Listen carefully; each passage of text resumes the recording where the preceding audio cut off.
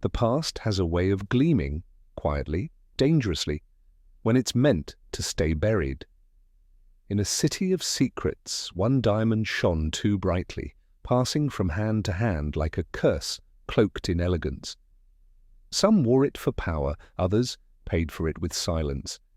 And at the end of it all stood a man in a brownstone, watching the cost unfold.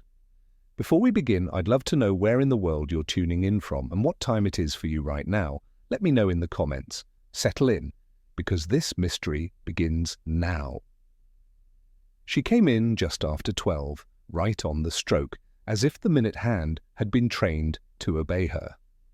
I had just returned from picking up Wolfe's imported beer from the warehouse on 36th and was still peeling off my gloves when Fritz buzzed me from upstairs. The front door had opened, and with it, a perfume too heavy for summer. She was tall, somewhere in her late 40s, with a mouth that looked like it had been trained to smile and forgot how. Her gloves were black, silk, and stayed on even after I offered to take her coat. "I prefer," she said, accent curled in consonants, "to speak to Mr. Wolfe, personally." I told her Wolfe didn't accept appointments without advance notice unless the caller was bleeding or carried a subpoena. She replied, "I carry something more persuasive." I'll admit I was intrigued. Her eyes were the kind that had seen too much, and the way she clasped her handbag said she didn't plan to open it lightly. Still, she wasn't bleeding. So I gave her the look Wolfe gives when he meets a menu that includes Brussels sprouts and said I'd ask. By the time I brought her into the office, Wolfe had assumed the attitude of a man forced to host a garden slug. He was in his chair naturally, surrounded by the same air of affronted leisure that clings to a sultan when someone knocks during a nap. She introduced herself as Ilsa Grunwald, and she said it like the name still had currency somewhere. Vienna, for instance. 1938. I took the client chair nearest her and stayed quiet while she drew from her handbag a small object wrapped in black velvet. Her hands moved with care, but not reverence, as if she was familiar with treasure but no longer impressed by it. "This," she said, unfolding the cloth, "is the Helena star."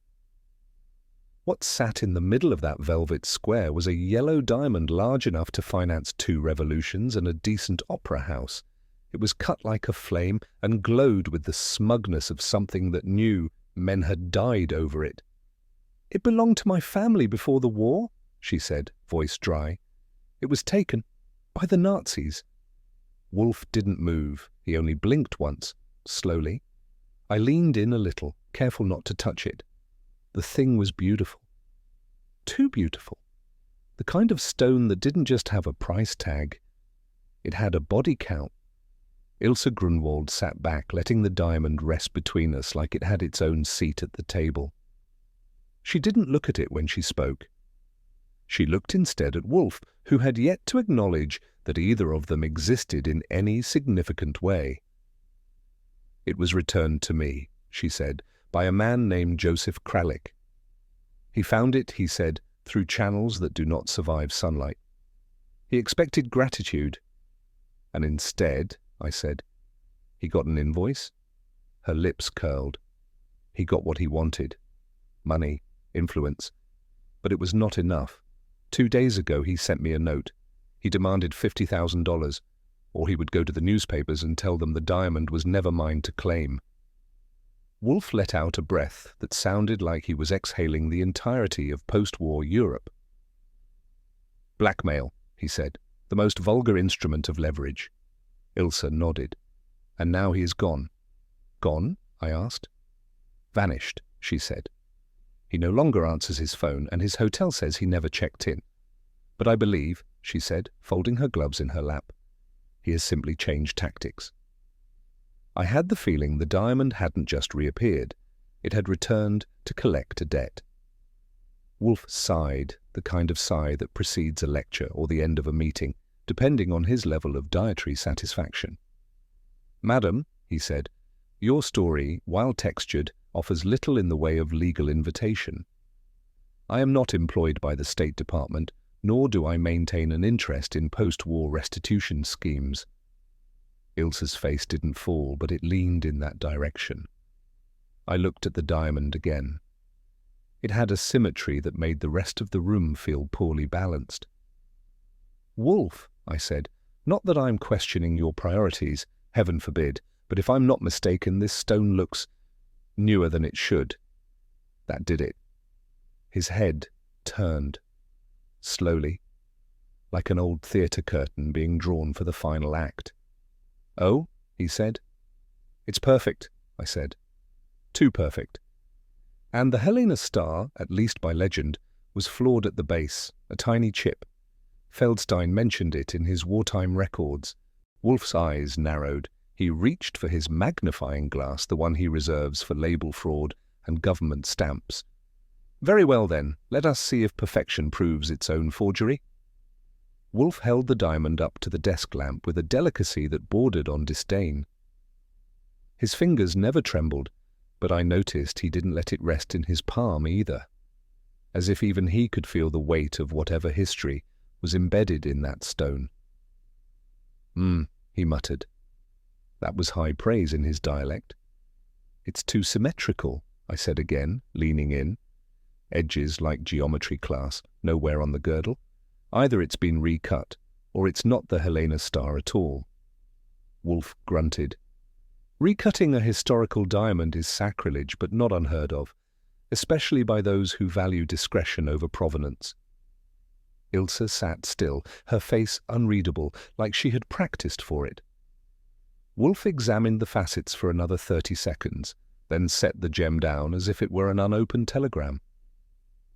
"If this is the Helena star," he said, "it has been altered to remove its memory, a dangerous act.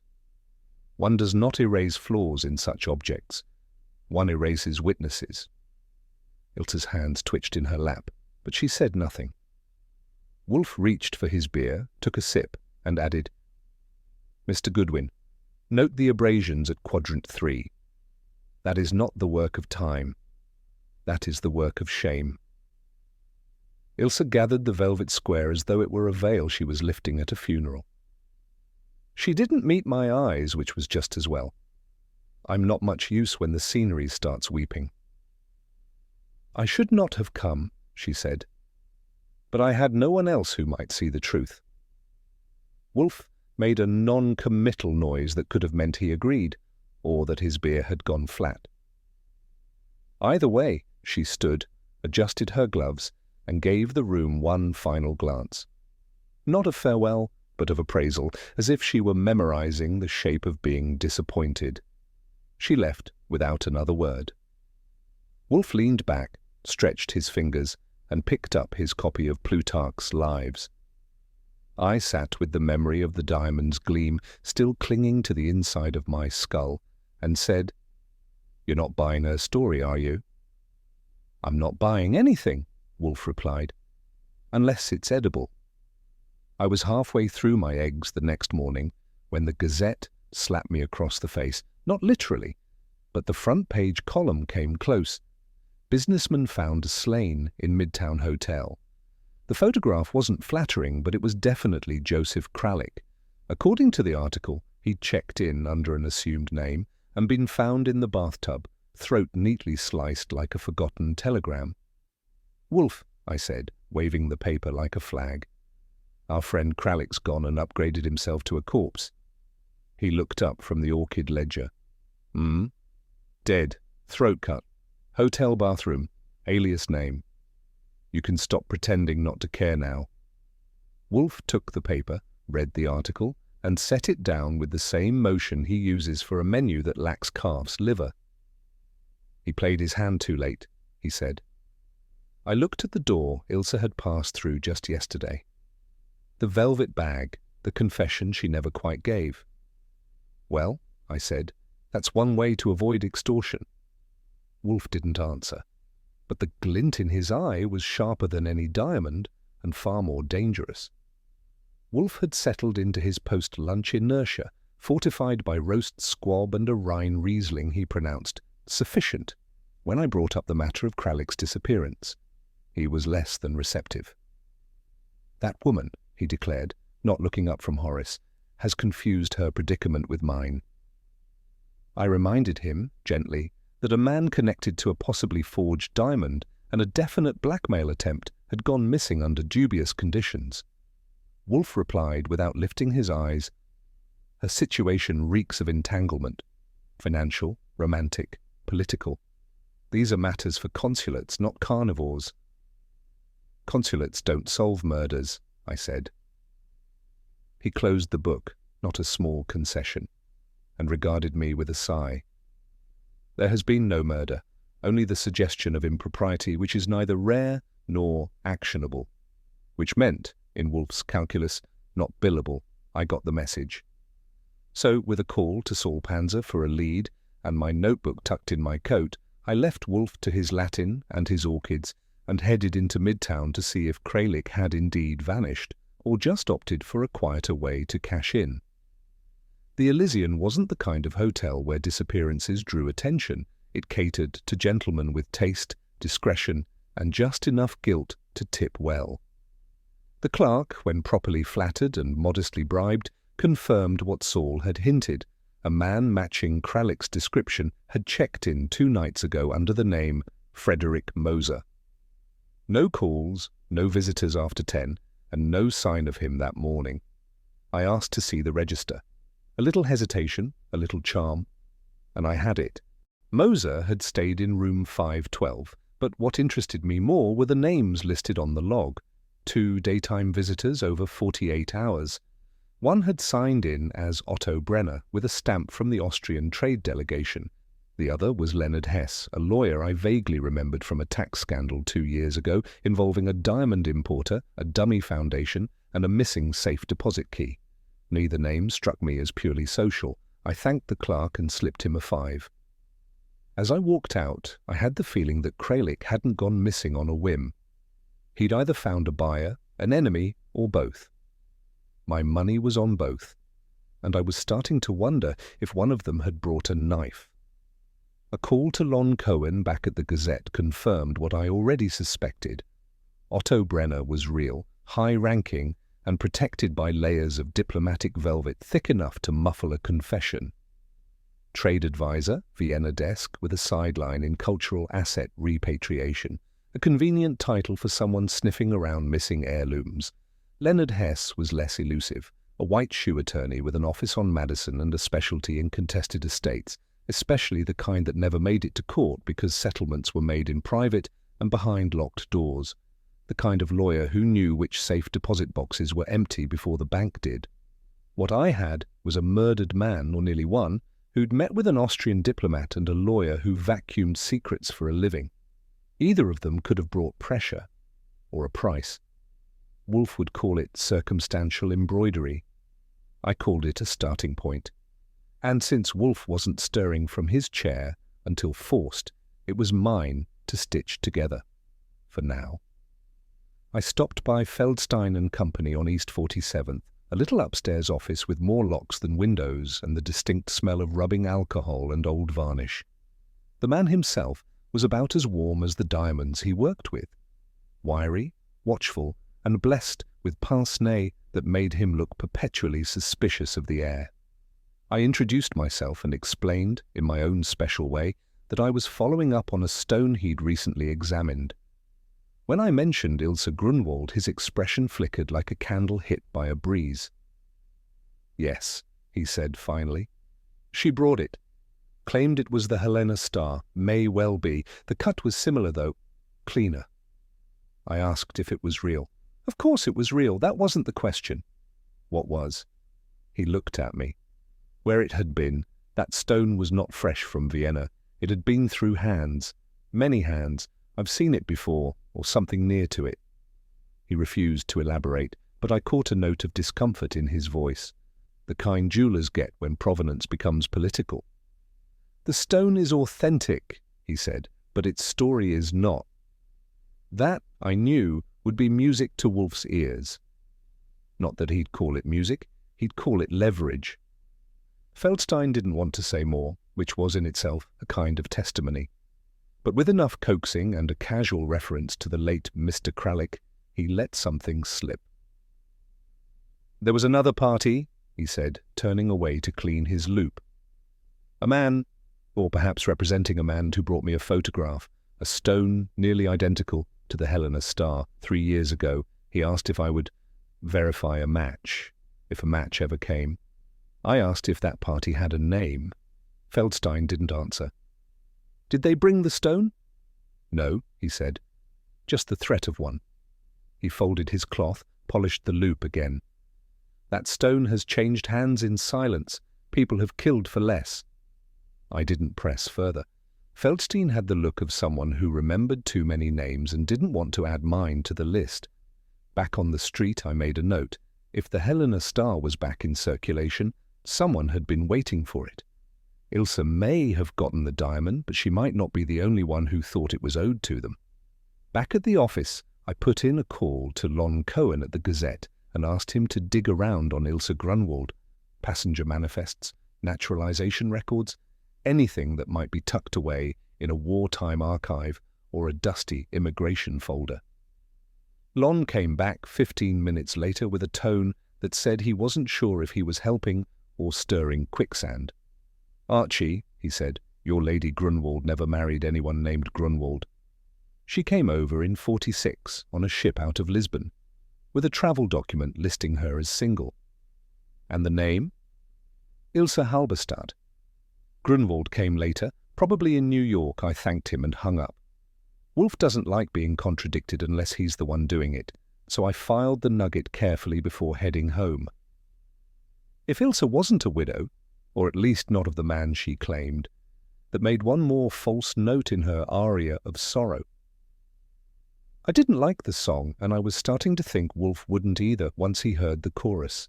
When I returned to the brownstone, I found Wolfe at his desk with Horace again, Latin flickering at the corners of his mouth like a faint smile. I was about to start filling him in when the door slammed open hard enough to make the orchids flinch. It was Kramer. He looked like someone had swapped his coffee with poison and forgotten to warn him. Where is she? He snapped. Who? I asked. Grunwald. She's disappeared. Wolfe lifted an eyebrow. Have you considered the possibility that she prefers silence to bureaucracy? She left the diamond. That got Wolfe's full attention. The Helena star, Kramer growled, was left behind. In your orchid room, wrapped in a napkin from your own damn kitchen. Wolfe said nothing, which was his most eloquent form of concern. I looked at the folded linen in Kramer's hand and thought, for someone running scared, Ilsa knew exactly where to drop a hint. Catching Wolfe in the act of physical inspection is like catching sunrise in the west, rare, unnatural, and bound to shift your expectations. But there he was, behind his desk, holding the Helena star in one hand and a jeweler's loop in the other, muttering about the indignities inflicted by the 20th century. Scratches, he said. The word stretched out like a complaint. Subtle, deliberate. The work of someone refining memory, not brilliance. I leaned on the edge of the desk. Still think it's the real deal? It is what it was, Wolfe replied, but not where it should be. This stone has changed, too smoothly, too strategically, like a witness coached for trial. He set the loop down and reached for his beer. To recut such a piece requires confidence and desperation. One erases flaws not for aesthetics but for disguise. And whoever did it is not an artist, he said, but a revisionist. I offered him a napkin and he waved it away. The question is not whether the diamond is genuine. The question is what part of its story someone paid to falsify. That made it my turn to track the storyteller. My first stop was the immigration archives in Lower Manhattan, where the air was dry, the lighting dim, and the clerks convinced they were defending the nation's borders with cardboard folders. But a $10 bill and a fabricated connection to the Jewish Cultural Restitution Commission got me a look at the manifest from the SS Seraphine, Lisbon, to New York, May 1946. Ilsa Halberstadt, later Grunwald, was on it. Cabin 3B alone, but not unaccompanied. The adjoining name on the list caught my eye like a splinter, Erich Drexler. The name rang quiet bells. I'd heard it before, in a post-war dossier Wolfe had once scowled at during a case involving forged French medals. Drexler, a Nazi collaborator by association and maybe more by ambition, had vanished just as the Allies started asking pointed questions. Rumour had him dead. Better rumour had him rich. I made a copy of the record and called Sol Panzer to see if he could find out what Drexler had been doing since vanishing off the moral map. The notion that Ilsa had travelled under one name and left with another, with Drexler whispering in the cabin next door, didn't smell like coincidence. It smelled like arrangement. The call came in from Lon Cohen while I was halfway through a bowl of Fritz's barley soup. "Feldstein's dead," he said, low and direct. "Found this morning. Head trauma. No sign of forced entry." "Robbery?" "No, nothing taken except maybe a notebook." I put the bowl down and said nothing for a moment.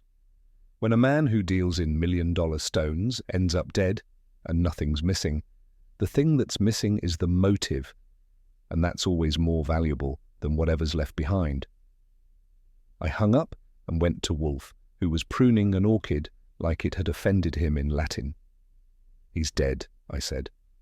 "Feldstein, beaten. Office locked from the inside." Wolfe didn't even flinch.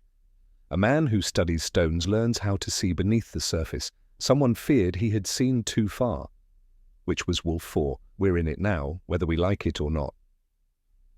He didn't say more. He didn't have to.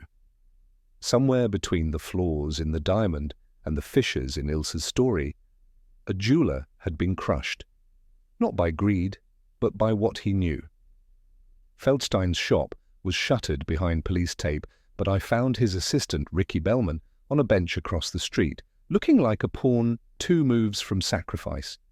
He was 20, tops, with a nervous blink and a voice that couldn't decide whether to crack or lie. I sat beside him and introduced myself. He nodded like someone already expecting bad news. He was working late, he muttered. Said he had to finish something for a foreign client. Some provenance thing. Client name? He shook his head. He never said. Just that they didn't want paperwork, no record, just confirmation. I asked about the diamond. His eyes flickered. The yellow one? Yeah. He was bothered by it. Said it looked familiar but wrong. I didn't press further. Ricky was scared, and if I squeezed too hard, he'd shatter. But one thing was clear. Feldstein hadn't just evaluated the Helena star, he'd recognized it, or someone thought he had, and now he was beyond asking. By the time I returned to the brownstone, Wolfe was seated with a fresh bottle of beer, his lips pursed in that particular way that meant his brain was either boiling or refusing to reheat. I gave him the rundown, Drexler on the manifest, Feldstein's assistant's cryptic remarks, and the missing notebook. He listened without interruption, a rare mercy. When I was done, he exhaled through his nose. "We are not pursuing a crime," he said. "We are tracing an idea." I raised an eyebrow. "This is not theft," Wolfe went on. "It is narrative warfare. The Helena star has passed through hands that sought to redefine its meaning, from a symbol of aristocratic excess to a Holocaust relic to a diplomatic pawn, and now perhaps a cover for a past someone wishes to erase." "Like Drexler?" "Precisely. A man who vanishes after the war and re-emerges under a new name must bury more than his resume." I paced.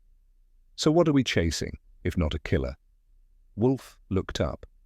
"A philosophy, Mr. Goodwin. One that believes memory is negotiable, and history is only what you can afford to rewrite."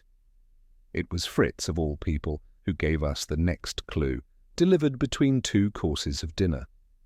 "The small black ledger you asked me to look for. It's not in the mail pile or the safe." I looked at Wolfe. He closed his eyes for a beat.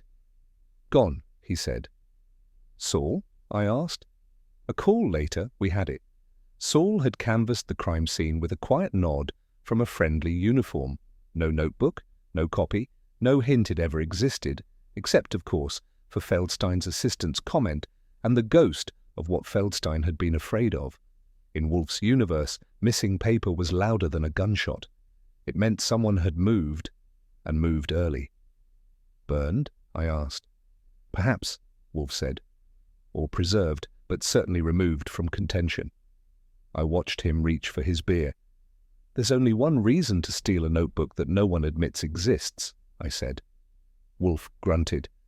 Because it says what the living no longer can. I was pouring coffee, and Wolfe was rereading Plutarch when Saul came in without knocking, which meant something had tilted. He handed me a manila folder with the dry efficiency of a man who lets facts speak louder than drama. Inside were 3 things: a passport copy, a company registration, and a glossy print of a man with silver hair and a smile that had practiced too long. Name? I asked. Edward Derham, Saul said. Legally, but it's Drexler.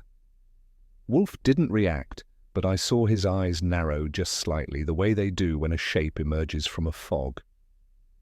Derham, it turned out, was currently the owner of Aurum Antiquities, a luxury import firm that dealt in rare European pieces, artifacts, tapestries, and, as of 3 months ago, cut stones. The office was on the Upper East Side, 10 blocks from Saks. I closed the folder and looked at Wolfe. So he didn't die in Vienna after all, Wolfe murmured. No. He merely changed his address. There was a pause. Then Wolfe added, "And now, Mr. Goodwin, we shall see if the past knocks louder than the present." Wolfe was reclining in his chair, one slippered foot crossed over the other, when I mentioned that Eric Drexler was alive and peddling objets d'art 10 blocks from Saks under the name Edward Derham. The only sign he heard me was the slow tightening of his mouth, the kind of subtle muscle shift that in his case constituted animation. "Then he must be invited," he said, with a grunt as unwelcoming as a locked gate. "To what?" I asked. "To orbit," Wolfe replied. "The gravity of this case must draw him in." He closed his eyes. "You will approach him under false pretext, something suitably gauche. Fabergé, perhaps. Americans have an enduring appetite for imperial trinkets." "So I pose as a collector?" "As a vulgarian with disposable income and insufficient taste," Wolfe corrected. "That should intrigue him without alarming him." He reached for his beer, which signaled the end of discussion and the beginning of expectation. "And if he bites? Then we learn how he escaped Vienna, and what he brought with him, besides lies." Which meant it was time for me to get fitted for the role of a man who could mistake forgery for fortune. Derham Antiquities had all the charm of a discreet coffin showroom. Walnut panels, minimalist lighting, and the faint scent of lavender polish and withheld judgment. I wore my best imitation of a collector from Westchester, whose tax advisor suggested he diversify his portfolio with imperial baubles. A thin young man with the vocal presence of a cash register ushered me to the back gallery, where Edward Derham himself emerged. Silver hair, bespoke suit, and the kind of smooth confidence you don't get without either old money or a very well-buried past. "Mr. Goodwin," he said, as if he'd coined the name. "A pleasure." I told him I'd recently come into a little windfall and was in the market for something that shimmered when lit. Fabergé preferably, though I wasn't above bejeweled clocks or enamel boxes with imperial bloodlines. He chuckled softly, like we were both in on the same joke about taste and pretension. "We have several exquisite pieces," he said, "history that flatters the buyer." That line alone earned him a mental red flag. I let him show me a few baubles, while I kept my ears open and my eyes sharper. What I wanted wasn't in a display case, it was in whatever he wasn't saying. Derham had the smile of a man who had practiced, not in front of mirrors, but in front of prosecutors. Smooth, equidistant, and untroubled by memory. When I casually mentioned Vienna and a woman named Ilsa Grunwald, his expression didn't shift so much as pause politely. "I'm afraid the name doesn't ring," he said. "Is she a collector?" "Not exactly." He gave a measured shrug. "We see many names, most of them forgettable." I let the moment stretch, just enough for discomfort to tickle the edge. He didn't twitch. How about a man named Kralik? Should I? Depends. He was found in a bathtub last week with his throat opened like a sardine tin. He blinked once, slowly. You have a grim sense of humour, Mr. Goodwin. No humour, just history. If there was a flicker in his gaze, it was brief and well caged. He moved on to a cloisonné egg and began explaining the enamel process with scholarly detachment. But he'd heard the names, and he wanted them gone from the room, which told me more than any denial could. He hadn't forgotten Vienna. He had deleted it. As Derham extolled the lineage of a pewter-mounted icon, I allowed my attention to drift, ostensibly, toward the craftsmanship, actually toward the credenza behind his desk. There, half concealed under a stack of estate catalogues and a marble letter-weight, sat a narrow, black notebook with a familiar diagonal scuff across the spine. I'd seen it once before, what in Feldstein's hands. It was Feldstein's ledger, same stamp on the cover, same frayed binding, same ghost. I didn't react. Wolfe had trained me out of that early on, but my pulse tightened in my wrists like a cord being drawn. You catalogue every piece? I asked, casually. But of course, he replied, gesturing around the room. Provenance is everything. Is it? He gave me that smile again. Without a story, a thing is only a thing. I nodded, murmured something about sleeping on the egg, and took my leave with the same false ease I'd entered with. But my mind was humming. He had the notebook, which meant he'd either taken it from Feldstein or received it after the jeweller's pulse had stopped. Either way, it wasn't part of a legal acquisition, it was part of a clean-up. Back at the brownstone, I handed Wolfe the folder and gave him the rundown. He listened, eyes shut, fingertips pressed together like he was communing with a Renaissance fresco. When I finished, he reached for the phone and dialed Long Cohen. Mr. Cohen, he said, with the patience of a man addressing a medium, I require any surviving OSS files on one Erich Drexler, Vienna, post-liberation activity, customs manipulation, asset transfers under seal. Whatever Lon said, Wolfe ended the call with a grunt of approval and turned to me. He was not merely a facilitator, Wolfe said. He was a curator of disappearances. Meaning? Drexler operated under Allied leniency for a time, enough to relocate stolen property, often under the guise of restitution. That notebook was a map. Feldstein's death was not revenge, it was sanitation. I leaned on the desk. So who's paying him now? Wolfe narrowed his eyes. Perhaps no one, perhaps he pays himself. In silence. He lifted the Helena star from its case and turned it gently. A diamond remembers more than its cut, Mr. Goodwin. It remembers whose hands last trembled over it. And then the doorbell rang. It was Fritz who answered. Wolfe doesn't rise for bells unless there's smoke. And his quiet voice carried just enough tension to summon me from the office. Standing in the vestibule, clutching her handbag like it held her lungs, was Ilsa Grunwald, or what was left of her. Her hat was askew, hair coming undone, and her eyes, wide, unblinking, moved like they were still seeing someone behind her. She didn't speak, not yet, just clutched at Fritz's sleeve and then at mine, as if confirming we were real and unarmed. I guided her in without questions. Wolfe looked up, arched a brow, and said nothing. Ilsa collapsed into the red chair like it was the only unbroken thing in her world. "They know I came here," she said, voice brittle and breathless. "They know I talked to you." Wolfe closed his book with quiet finality. "Then they have made a tactical error," he murmured. And I had the distinct impression that the war, whatever war this was, had just become personal. She was shaking now, not dramatically, but finely, like porcelain, on the verge of cracking.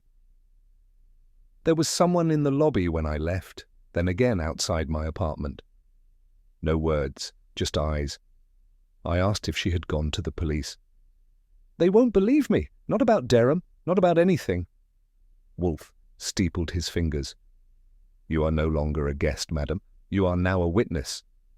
Ilsa nodded, and for the first time since she entered, her voice steadied. "They want the diamond, or silence, perhaps both." I saw Wolfe's gaze slide to the velvet case beside him, still unopened since that morning. He said nothing, but his fingers tapped once, a sign that the endgame had begun, and he intended to play it fully seated. Ilsa sat in the red chair like it had grown roots under her. Her gloves were in her lap, folded once, then again, then not at all. Wolfe didn't speak. He let the silence press on her like a palm. "I loved him," she said. Wolfe's eyes flickered. "Kralik." She nodded. "In Vienna before everything burned. He was a coward, but he knew how to hide things, documents, people, stones. And the Helena star? Her eyes didn't leave Wolfe's. He found it in a box of silver marked for diplomatic transfer. Post-war chaos made many things mobile. It came to me, not as restitution, but as compensation. From him? From the world. Wolfe's fingers steepled. He told me it would change my life. It did. It brought me silence and safety. "You knew what it was," I said. "I knew it didn't belong to me," she replied softly. "But neither did the years I lost running." Wolfe leaned back. "And the blackmail?" Kralik came back. He wanted more. He always did. It was not a confession, but it bore the scent of one. Not of guilt for the theft, but for accepting what came after it. Wolfe's silence, for once, seemed almost sympathetic. Wolfe closed his eyes, which did not mean he was done thinking. It meant he was condensing thought into form, preparing to say something he had already decided would matter. "The diamond," he said slowly, "was not merely a gem. It was an instrument of narrative." I raised a brow. "Meaning?" "Someone is not erasing evidence," he said, "but history. The theft is immaterial. It is the story that must not survive." I nodded. "Feldstein, Kralik, Basher next, perhaps. Those who can identify the Helena star's origin, or its original owner, are not threats to property. They are threats to identity." He opened his eyes, sharp and deliberate. If Ilsa had merely accepted a gift, she would be pitied. But the diamond was a bridge between lives, between names. And the killer is not motivated by gain but by continuity, to preserve the false structure built over a stolen foundation. Wolfe stood at a motion rare enough to qualify as thunder and moved 2 steps toward his desk. "The question," he said, "is not who possessed the diamond, but who could not afford for it to be traced." And I knew where we were going next. Feldstein's funeral drew the kind of crowd you'd expect for a man who appraised other people's legacies. Modest, silent, and too aware of who wasn't there. The chapel was underheated, and the floral arrangements had clearly been purchased on guilt, not affection. I stood near the back, coat buttoned, scanning faces. Most were jeweler types, narrow hands, cautious posture. But one figure stood out, grey fedora, older than the rest, and not weeping. He stayed 2 pews behind the family and watched every movement like a former priest at a heretic's baptism. When the service ended, he didn't approach the casket or the family. Instead, he followed a woman out the side entrance, then paused as if he felt my eyes on him. He turned, just a half step, just enough. His face was narrow, lived in, and had the kind of lines you get from squinting at lies for a living. He tipped his hat at me, polite but uninviting, then vanished around the corner like a ghost who had already buried too many truths. If I'd ever seen a man with unfinished business written into his bones, that was him, and I wasn't about to let him disappear without an introduction. I caught up to him 2 blocks down, just as he lit a cigarette, with the kind of calm that suggested he didn't expect to be followed, but wasn't surprised either. "Archie Goodwin," I said, "from the brownstone." He exhaled a stream of smoke, then offered a nod. "Ludwig Bacher." His voice had the faint gravel of a Vienna winter and 1,000 interrogations. Some asked, some endured. You knew Feldstein? I knew his memory. He was careful. Too careful, in the end. I tilted my head. And you? Once an inspector, he said. Now, a man who follows fragments. Fragments of what? He tapped the ash from his cigarette. Of a gem, of a girl, of a ghost I didn't press. Men like Basher don't rush. They unfold. I asked if he'd care to elaborate. Only if your Mr. Wolfe listens. He usually does, I said, if the music's worth the needle. He smiled faintly. Then I will come, but only once. And with that, he vanished again, this time with a destination, and a past I intended to borrow. Basher arrived at the brownstone just after dusk, carrying a folder that looked older than most of my suits. Wolfe was in position, chair, beer, air of reluctant authority. I played usher and then listener. The Helena star, Basher said, did not belong to Ilsa Grunwald, nor to the man who smuggled it. Wolfe nodded once. Go on. It belonged to Dr. Emil Hirschfeld, a collector and scholar, Jewish, murdered in 1944. His collection, coins, books, gems, vanished. Some pieces resurfaced, most did not. And the daughter? Wolfe asked. She lives. Flatbush, a music teacher, no claim, no lawsuit. She has her father's violin and silence. I leaned in. You're sure it's the same diamond? Basher opened the folder. Inside was a photograph, yellowed but crisp, of the Helena star labelled in the doctor's own handwriting. Beneath it, a list, 14 objects, all looted. The provenance is not only factual, Basher said, it is human. Wolfe took the photo and studied it for a long breath. Then the crime, he said quietly, was not theft. It was inheritance. And it was suddenly very clear who had something to lose. When Basher left, the room settled into its usual post-confession hush. Wolfe remained seated, fingers pressed against each other, gaze turned inward. I waited. He didn't make me wait long. Ilsa Grunwald, he said, was not the thief, nor the villain, but she is a carrier of silence. She knew? She suspected, and when suspicion became certainty, she chose not to act. I nodded. Guilt without crime. Precisely, but someone else chose murder over memory. I leaned on the desk. So what now? We find the one for whom truth is fatal. He took the photograph from the folder again, studied the diamond's position on Hirschfeld's velvet, and murmured, such clarity. And yet, such consequence. There was a pause. The phone rang once. Fritz answered, said nothing, then looked at me. For you, he said. Lon Cohen? I took the call. When I hung up, I turned to Wolfe. You were right. He didn't bother to ask how, because when a man like Basher goes silent, there's only one reason. And Wolfe knew the sound of a chapter being closed with a trigger. It was just past 11 when Lon's voice, low and stripped of irony, told me what Wolfe already suspected. Ludwig Basher was shot, twice. Outside the Roosevelt Arms. Dead? Lon paused. Instantly, execution style. I thanked him, hung up, and turned toward the office. Wolfe was still at his desk, but the beer had gone untouched. That, in his world, was a protest. He's dead, I said. Wolfe closed the folder with a slow, deliberate motion. Of course. I waited, but he didn't add to it, so I filled in what we both knew. No wallet taken, no signs of struggle, just a clean shot. Wolfe nodded. Precise. Clean, like a jeweler's hand. He said it with no flair, just fact. The notebook, I said. Recovered. Or feared recovered, Wolfe answered. Basher became a liability, not for what he said, but for what he could confirm. The room was quiet again, the way it gets when the chessboard has 3 pieces left, and you already see the checkmate. Wolfe leaned back and finally lifted the beer. He took one sip and set it down.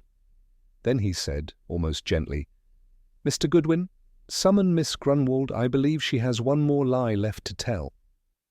Flatbush on a Tuesday afternoon had the air of a place that had resigned itself to remembering. I found Miriam Hirschfeld in a second-floor walk-up that smelled of floor wax and old wood, above a tailor's shop that looked like it hadn't changed thread since 1935. She opened the door with the face of someone who'd forgotten how to expect visitors, quiet eyes, no makeup, and hands that looked like they'd rather hold back than shake hands. "I'm Miriam," she said. "You asked about my father." I explained carefully who I was and what I was looking into. She didn't flinch, though she folded her arms like she was bracing for something cold.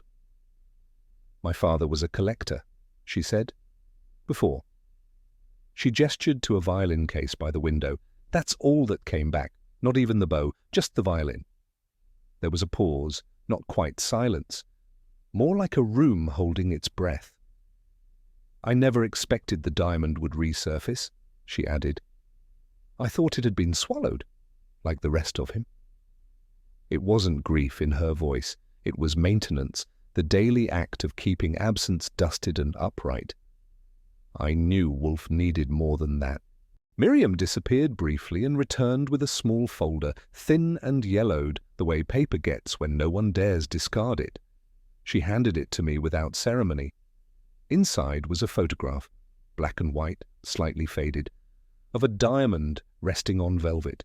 Oval cut, pale fire, unmistakable, the Helena star in its untouched form before someone took a chisel to its conscience. "That was taken in 1938, Miriam said. "My father catalogued everything, even beauty." There was also a list, typed, careful, lined up like prayer beads, 14 entries, coins, medals, 2 emerald brooches, and the Helena star. "The Nazis came in April. I was 10. They took everything." She looked out the window toward nothing in particular. "The Americans said restitution would come, that someone would care."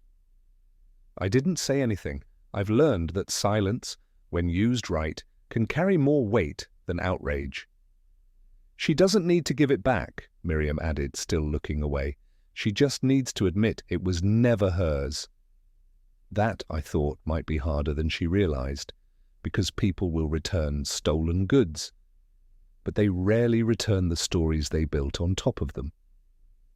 Back at the brownstone, Wolfe had arranged the photograph on the desk with the precision of a museum curator setting bait. Ilsa sat across from him, coat still on, eyes trained not on us, but on the space just beyond the frame. He didn't speak, just waited.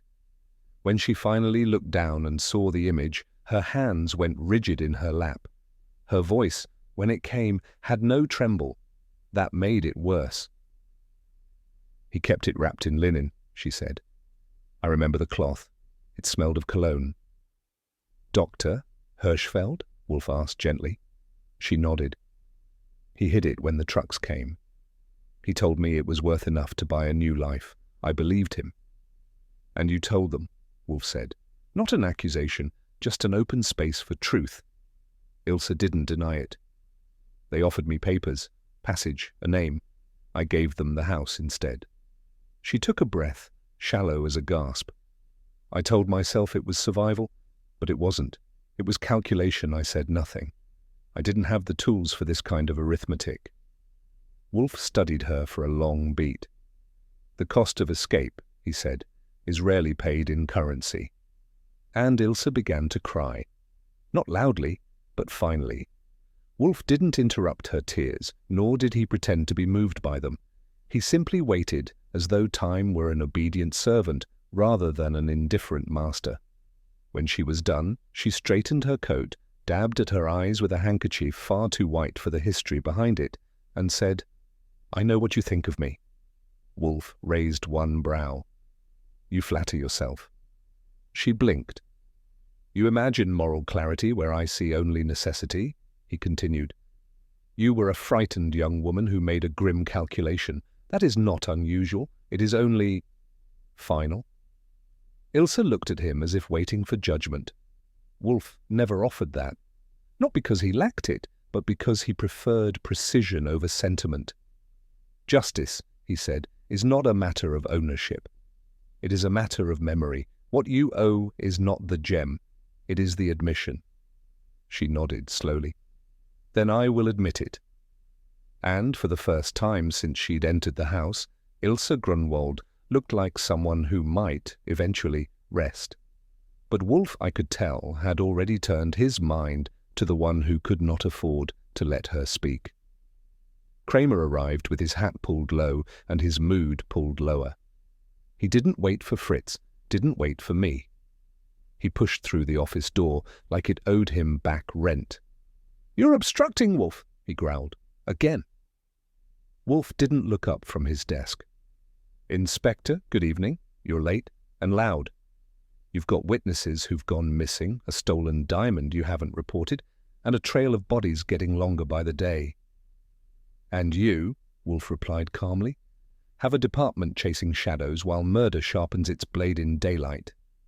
Kramer stepped forward, jaw clenched. "Don't get clever with me. You've been sitting on that diamond for days." "I've been examining it closely. Something I recommend you try with the evidence in your possession."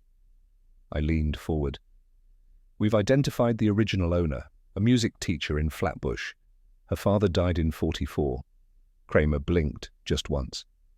"You're sure?" "Yes," Wolfe said. "And I suspect the man who made that death possible is still among the living." Kramer didn't like being led, especially not by Wolfe. But he also didn't like being late to a truth someone else had already unpacked. He grunted. "You'd better be right." Wolfe turned to me. "Mr. Goodwin, bring the wine." Fritz entered just as Wolfe was sketching names on his notepad like a general mapping enemy encampments. "We'll require supper for 6, he said without looking up. "Lamb, if possible, no artifice." "Yes, sir," Fritz said with his usual calm that never quite covered his curiosity. Wolfe handed me the names: Ilsa Grunwald, Miriam Hirschfeld, Edward Derham, Saul Panzer, Inspector Kramer, and, naturally, Wolfe himself. "And me?" I asked. Wolfe didn't look up. "You are already expected." He tapped the photograph with one forefinger. "This is no longer an investigation, it is a reconciliation, not of people, of facts." "And food," I said. Wolfe inclined his head. "Truth, Mr. Goodwin, must be served warm, otherwise it congeals into defensiveness." "Nice," I said. "I'll write that one down." "You won't need to," he replied. "You'll hear it again." I took the list and went to the phone, placing the calls one by one. Some accepted immediately, one hesitated, but in the end they all agreed, because there's something about an invitation from Nero Wolfe that promises more than a meal. It promises reckoning. The dining room was a battlefield with linen. Fritz had set the table with the fastidious grace of a man who believed in the quiet sanctity of order, even when chaos sat down to supper. Wolfe had directed the seating arrangement with the solemnity of a chess master assigning pawns and rooks. Ilsa was placed diagonally from Derham, not near enough to touch, but close enough to see. Miriam, uncomfortably near the end, sat opposite Wolfe, where her silence would register most. Kramer had not yet arrived, which meant Wolfe had one less contradiction to navigate before the opening salvo. The squab was in the oven, the burgundy decanted, and Fritz had disappeared like a stagehand who knows the spotlight belongs elsewhere. Wolfe, seated, composed, had merely nodded at me once, which meant the overture was mine to play. It wasn't a dinner, it was a drawing out. Each plate, each pour, was there to smooth the surface until something cracked. Wolfe didn't need drama. He needed exposure. And nothing unfastens memory like wine and warmth served in tandem. The meal wasn't nourishment, it was leverage. And the main course, I suspected, would arrive before dessert. I played host, burgundy first, poured with the tempo of calm hands and colder intention. Wolfe didn't speak beyond a nod of thanks, and I followed suit, letting the weight of silence fill the corners between plates and glances. Derham was affable, a man who smiled too early and too easily. He commented on the aroma of the squab, the vintage of the wine, the rarity of being invited to dine in the home of Nero Wolfe. It was all theatre, and he wanted the rest of us to enjoy the performance. Ilsa kept her hands in her lap, save for the wine glass she didn't finish. Her posture was poised, but her eyes flicked. Toward Wolfe, toward Derham, then back again. Tension in a tailored coat. Miriam said nothing. She was observing, absorbing. I'd seen that kind of silence before, the kind that remembered too well to interrupt. And Wolfe? Wolfe let it stretch. He knew the game, let small talk carve the first cracks. Truth rarely tolerates comfort. Better to let it come out raw. By the time the plates arrived, no one was hungry, but everyone, in one way or another, was about to be fed. When Wolfe finally spoke, it was with the gravity of a judge reciting history, not sentencing it. He set his utensils down, wiped his mouth with the linen napkin and said, "Ownership," he began, "is a matter both of law and of story, and too often the latter rewrites the former." No one moved. That was the first sign he had them. Objects, especially those that survive war, are not merely transferred, they are reframed. The Helena star was once a symbol of dynastic pride, then of plunder, then of restitution, now, perhaps, of silence. Derham raised a brow, not yet defensive. Ilsa looked at her plate. Miriam's fork stilled. "It is no longer enough," Wolfe continued, "to ask who possesses a thing. One must ask whose truth it now conceals." He turned slightly toward Derham. "You, sir, have trafficked in objects that carry more than value. They carry alibis." That landed, not as accusation, but as erosion. Derham sipped his wine too quickly. Ilsa finally looked up.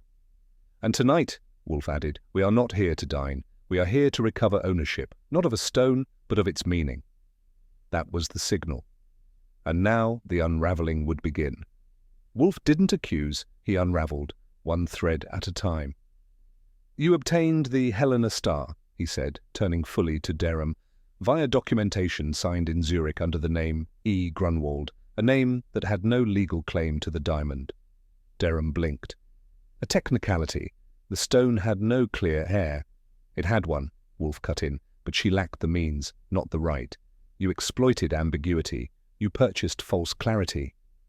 Derham shifted. "I did what was necessary. The post-war markets were flooded with unclaimed items. I gave them stability." "You gave them disguise," Wolfe corrected. "The provenance was forged. Feldstein had begun to track it. Kralik knew too much." Derham's mouth tightened. "You have no proof." Wolfe gestured to the folded document on the tray beside him. "This is your signature, and this," he turned to Miriam, "is the daughter of the man from whom it was taken." Silence followed. Ilsa's breath caught. Miriam didn't flinch. Derham exhaled, slowly. "Yes," he said. "I signed it. I needed the diamond to vanish, not physically, but ethically." He looked directly at Wolfe. "You don't know what Vienna was, what we did to survive." "I do," Wolfe said quietly. "But survival does not excuse reinvention." Derham's admission left a ripple, not a wave. But the pause was long enough for Ilsa to find her voice again. "I knew it wasn't mine," she said. Her tone wasn't defensive, more like someone crossing a bridge they had avoided for years. "When Joseph brought it to me, he said it was a gift, a reward, for what I'd endured." Miriam looked at her but said nothing. "I believed him, or chose to, because it was easier than asking who had paid for it." Wolfe regarded her evenly. "Silence, madam, is not passive. It is purchased." She nodded. "I accepted it, as a shield. It let me teach, work, live. It gave me a new name." "And now?" I asked. She didn't hesitate. "Now it costs more to keep quiet than to speak." For the first time, I saw Derham look away. Not out of guilt, but because someone else had taken the narrative from him. And Wolfe gave her the faintest nod, the one he reserves for courage earned late but spent fully. Wolfe sat forward, fingers steepled, voice low. Kralik was the first thread to fray. He knew where the diamond had passed, and more dangerously, that its legitimacy rested on silence. When he attempted leverage, he was removed. Derham didn't speak. Wolfe didn't need him to. Feldstein was next. His appraisal confirmed. The stone's history did not match its story. He had records. He kept a notebook. He died in a locked office. Not robbed, not ransacked, just silenced. He turned to Ilsa. And Mr. Backer, a man who had already crossed oceans of memory, made the final mistake. He connected the Helena star to its original owner and was shot in the dark with precision, not rage. Derham's jaw tightened. "You're reaching." "I am assembling," Wolfe said, "and the structure stands." He nodded toward the tray beside him, where a folded letter sat, signed and notarized. "It was your ledger, Mr. Derham, your hand, and the bullets that followed were not accidents. They were curation of a version of history you needed to survive." Ilsa closed her eyes. Miriam looked down at her lap. Derham inhaled sharply, then said, "You're right. But so was I. This country wouldn't have asked questions, only prices." "No," Wolfe said, "only silence, and now it has run out." When Wolfe finished, there was a quiet that felt earned. Not the silence of a mission, the kind we'd seen all evening, but the kind that followed something released. Miriam looked at Wolfe, then at Ilsa, then finally at Derham. She didn't speak immediately. She waited until the weight had shifted back into her hands. "I don't want the diamond," she said. "I never did." Ilsa's lip trembled.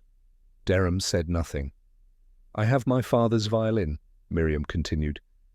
"That's what he played for me before the men came. It's all I need, and it still plays." She stood, gently. "Let someone else stare into that stone. I'd rather hear what he left behind." There was a kind of reverence in Wolfe's nod, rare but unmistakable. He reached not for his beer but for a folded paper and slid it across the table toward her. "A museum," he said. "Anonymous donation, accompanied by your father's catalogue." Miriam took it. She didn't cry, but her shoulders lightened. Ilsa, across from her, whispered, "Thank you." And for the first time in weeks, the Helena star felt smaller than the truth. The door slammed like punctuation on a sentence no one wanted to finish. Inspector Kramer entered with a warrant, a scowl, and the scent of imminent accusation. "I want Derham," he barked, "and I want the diamond." "You're late, Inspector," Wolfe replied without looking up. Kramer blinked. "What?" "I notified the district attorney at 7:30 this evening," Wolfe said. "Mr. Derham's confession, verbal and signed, was transmitted with an accompanying affidavit." He gestured to the side table. "The Helena star, as you call it, is wrapped and documented. It awaits its proper placement, not in evidence, but in context." Kramer looked at me. I shrugged. "He moves fast when the mood suits him." Derham rose slowly. "I suppose I'm under arrest?" Kramer nodded. "You are now." Ilsa didn't look up. Miriam folded the paper into her coat. Kramer gestured to the door. Derham left without resistance. Wolfe finally sipped his beer. "Well?" I asked. Wolfe sighed. "The truth is rarely clean, but it is, on occasion, sufficient." And with that, he turned back to his orchids, because after checkmate, only cultivation remained. Wolfe had taken his beer straight from the icebox, a sacrilege in his usual ritual of temperature and taste, but this evening he made no complaint. We sat in the office, the summer dusk inching its way through the slats, and he was uncharacteristically quiet.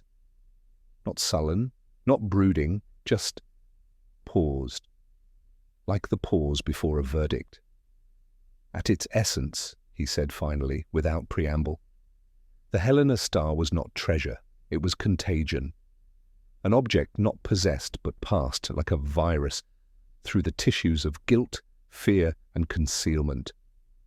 I sipped my own beer and nodded like I was letting that settle in, though I suspected he'd been rehearsing that line in the folds of his brain all day. Kralik wanted leverage, Feldstein wanted provenance, Backer wanted truth. Each got a bullet in the bargain. He eyed the foam as it settled in his glass. And each, I think, misunderstood the gem's nature. I gave that a moment. And what nature was that? Instrumental, Wolfe said. Its value derived not from its sparkle, but from what it permitted men to forget, or pretend never happened. There was more to say, but I let him stir the next thought. That kind of silence was Wolfe's scalpel. It cut deeper than speech. Wolfe leaned back, one hand steepled against the other, as if balancing absolution against indictment. 3 men, he said, whose lives intersected with a single, unclean truth. Not theft, that is too pedestrian. This was erasure, the deliberate burial of lineage, property, and memory executed under the rubric of post-war necessity. I watched his eyes as he said it, not cold, but without refuge. The kind of stare that didn't blink when it came across a ledger with too many zeros and no human name behind them. Kralik knew too much and bartered it. Feldstein, in his way, tried to preserve history with a stamp and ink. Basha, it was too meticulous. He traced not the gem but its absence, and absence, in these matters, is the most incriminating fact of all.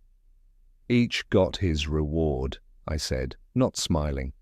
Yes, Wolfe replied, each burned for wanting too much of what should not have been touched. He reached for his orchid journal but didn't open it. He just let it rest there, palm against the cover.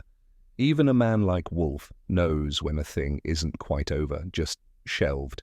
I put her in a cab myself. Not out of gallantry, but because Wolfe asked me to.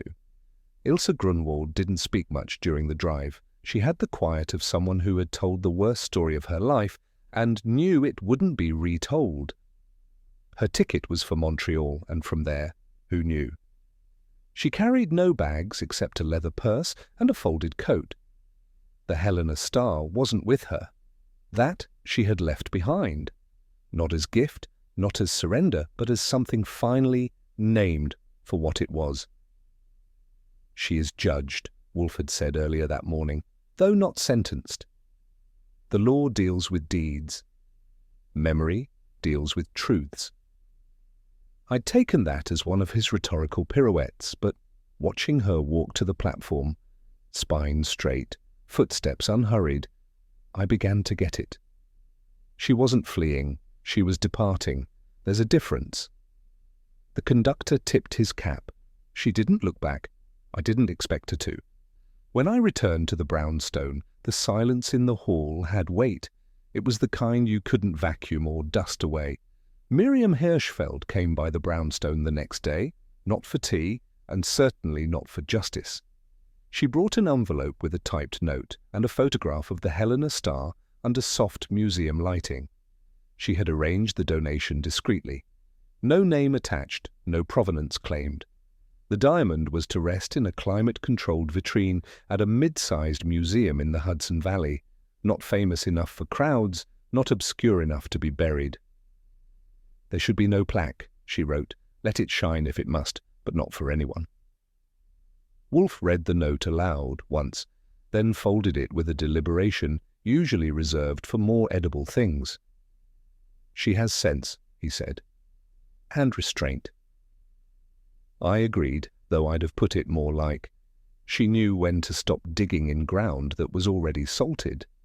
The gem would gleam, of course, even behind glass, but now it would gleam without a name, without a price, and without a story printed on a folded card.